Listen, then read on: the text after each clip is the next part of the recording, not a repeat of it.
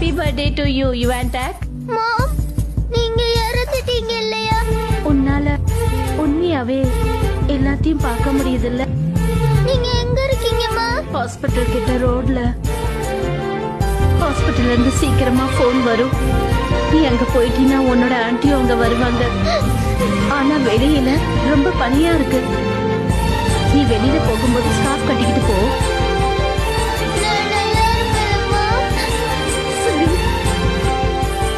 நான் இப்போ போய் ஆகணும். I love you my I love you, my Yuantak. நானும் தான்.